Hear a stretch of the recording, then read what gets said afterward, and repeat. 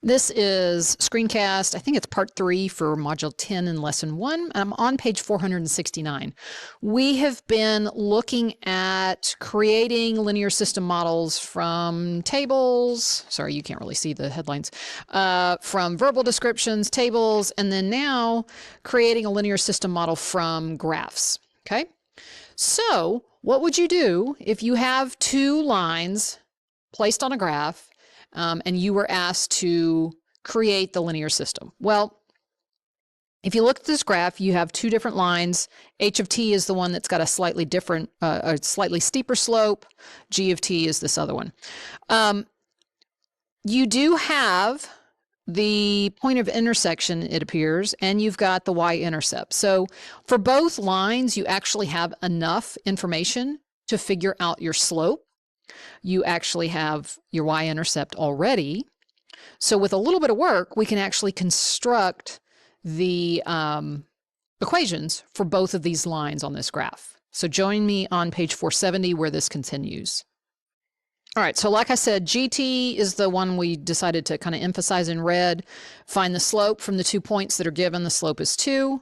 We already knew that the y-intercept was 4. So it's pretty easy to construct an equation in slope-intercept form. Basically, this says y equals 2x plus 4. Okay? Okay, so sorry, I was interrupted. So we have this first equation. Y is equal to 2x plus 4. Of course, they're doing it as a function of time. So like, how much money are you going to pay to bowl 2 hours at this one place? Not 2 hours. Sorry, that's your slope. How much money you're going to pay for a certain number of hours is going to be structured by this equation. At the other bowling alley, you're going to use this pay structure. Like, how much is it going to cost for you to bowl for a certain amount of time with this structure? Again, you use the points that you're given to generate the slope. So you have two equations, and your system of linear equations is just the two of them together. Okay, it's a system because they're both graphed on the same line. They're both, referring to the same sort of event. Okay. The point of intersection that we used, 4, 12, we actually used that to help generate our slopes, but you can also tell from the graph that that is where the two lines intersect, which means that that is the solution. And in this context, what that means is at either bowling alley, when you bowl for 4 hours, you're going to pay $12. That's basically the only time that you are going to be paying the exact same amount for the same amount of bowling at those two bowling alleys, because that's where the two cross. Okay, so let's look at some more examples based on some graphs. Oops, moved it up too far. All right, so again, we have a graph that they gave us. We have y-intercepts. We have a point of intersection. Okay.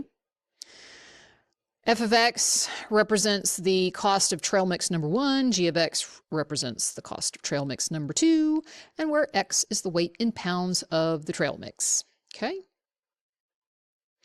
So we can do basically the same thing. We can use our 2 points to find the slope. In this case, for the green line, the slope is 1. The y-intercept was 8, so f of x is just equal to 1x plus 8, or y is equal to 1x plus 8. Okay.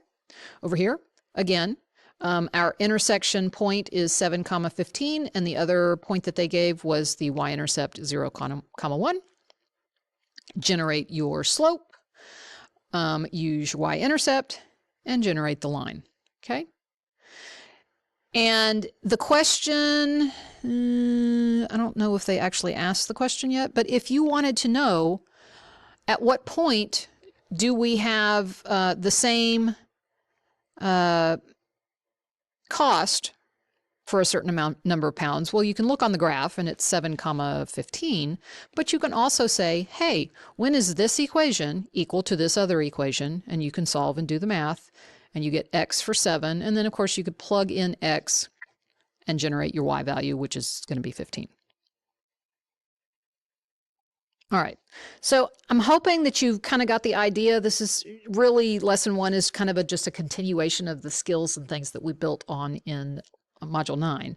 But I am on page 472, and I want to take just a minute to look at number 1 under the homework and practice, because number 1 says, in the graph shown below, what do the parameters of each line represent? Basically, what they're asking is, tell me about what the slope means in this situation. Tell me what the y-intercept means in this situation. And I'm sorry, I've got a little bit covered up because I'm trying to make a note that says this will be on your homework sheet. So in this context, the slope is how much the distance changes every minute.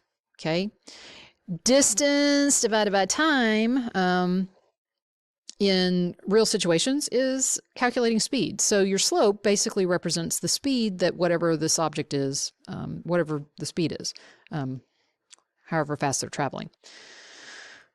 Sorry, apparently I'm not wording today very well. Anyway, so the slope represents your speed because it's distance divided by time. Y values divided by X values generate your slope. And in physics, when we want to calculate speed, it's distance divided by time. So calculating the slope basically calculates your speed. So slope is speed, and the y-intercept is your starting point. Like, what is your position in yards when you start? This guy, this line starts at a position of 100 yards. This one starts at a position of 250 yards, etc. Okay? But again, they're using that word parameter.